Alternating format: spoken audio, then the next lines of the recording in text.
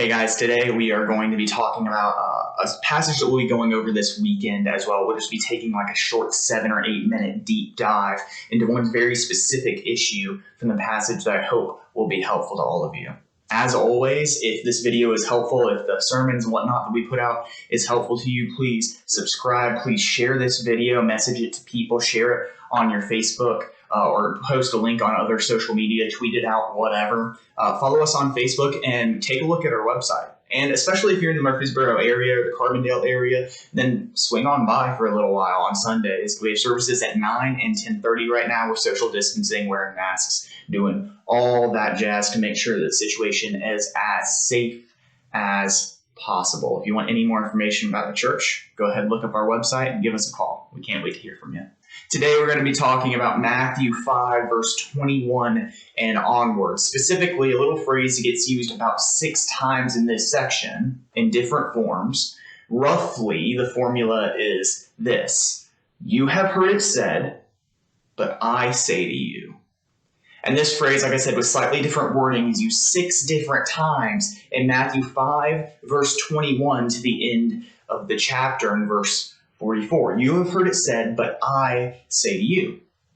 Jesus is teaching. He's teaching a very famous sermon called the Sermon on the Mount. He's on the mountain outside of Jerusalem, and he's giving this discourse, this sermon to the audience. And this phrase that he uses in this section of the sermon is really interesting. It's been interpreted a lot of different ways, but this is what I think that it means. Jesus isn't rejecting the Old Testament.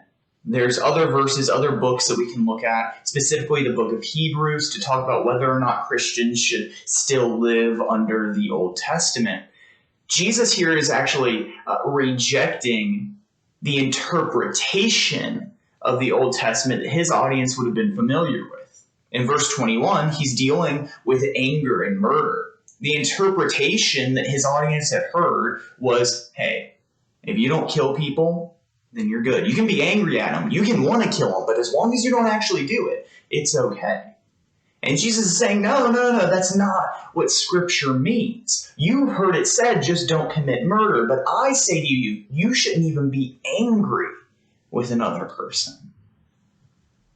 And that's a really interesting thing for him to claim. And I think it reminds us of a very important lesson. Because everyone in his audience, if you walked up to him and asked them, hey, can you be angry with someone as long as you don't hurt them? They'd be like, yeah, God's fine with that. That's not an issue, because that's what they've been taught ever since they were young. But Jesus was saying, no, that's wrong. In other words, there's this common interpretation of Scripture, and the whole time it was incorrect. Think about some of the things that Christians argue about from a scriptural point of view. Does the Bible allow you to drink in moderation? What about baptism? Can we sprinkle? Do we have to baptize by water? Is baptism necessary to be saved? What about what denomination is right? Are the Pentecostals right? Are the non-denominational churches right? Are Baptists right? Are Pentecostals right? What about the Catholics? What do you do with the Pope? Which structure is correct? What about political ideologies? I mean, there's plenty of people in the evangelical church that lean real hard right-wing. Are they right? Are they wrong? Does it matter at all? What about the people who are way more left-wing? Are they still Christians? These are all things that people argue about in Christian circles. And Jesus' teaching here to the crowd, I think, should give us a lesson that when we are interpreting Scripture, something that's not super clear, we need to hold our answers very loosely, because we just might be wrong. After all, his crowd was wrong, right? They all thought that as long as I don't kill someone, then I'm not doing anything wrong. I can be as angry as I want. And he told them, no, that's not quite how things work. They were wrong, so they had to hold that interpretation loosely. And when Jesus told them they were wrong, they just had to let it go and take Jesus's view of Scripture rather than their own. So does that mean that we should give up interpreting difficult things? Should we give up talking about how religion impacts our politics? Should we give up trying to decide whether it's right or wrong to drink and how much it's okay to drink? Should we give up talking about baptism? I don't think so. I think we just have to be careful about it. Paul kind of talks about the subject in 1 Corinthians 13, the famous love chapter. Well, it ends like this. He says, "For we know in part, and we prophesy in part. But when completeness comes, what is in part disappears. When I was a child, I talked like a child. I thought like a child. I reasoned like a child. But when I became a man, I put the ways of childhood behind me. For now we see only a reflection, as in a mirror, but then we shall see fully, face to face. Now I know in part, but then I shall know fully, even as I am fully known." See, there's no shame in partial knowledge. Paul understands that in this life, we can only understand so much. We can only see God as a reflection in a mirror.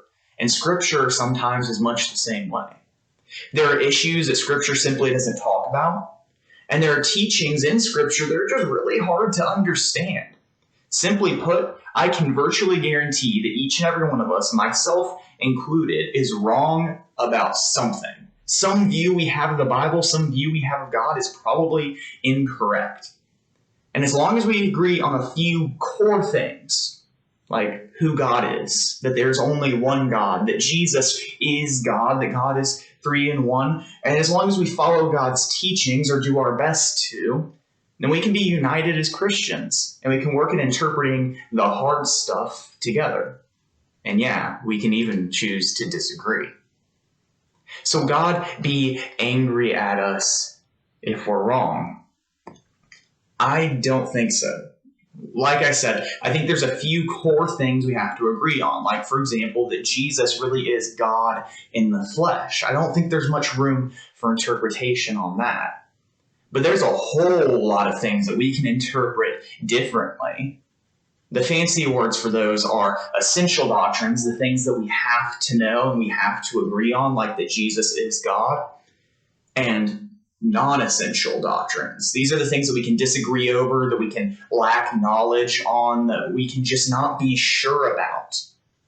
When it comes to non-essential doctrines, I really believe that God only cares that we try, that we give an honest attempt to follow his will, to figure out what he wants from us, and to live it out. Jesus gently corrects the crowd in Matthew 5 because it wasn't really their fault that they were taught incorrectly. And I think the same goes for us. In summary, God is a God that knows your heart and mind. That's Jeremiah 17:10 in case you want to look it up. So let's agree on the essentials. Let's pursue him in the non-essentials. And let's trust that God's grace will make up the difference.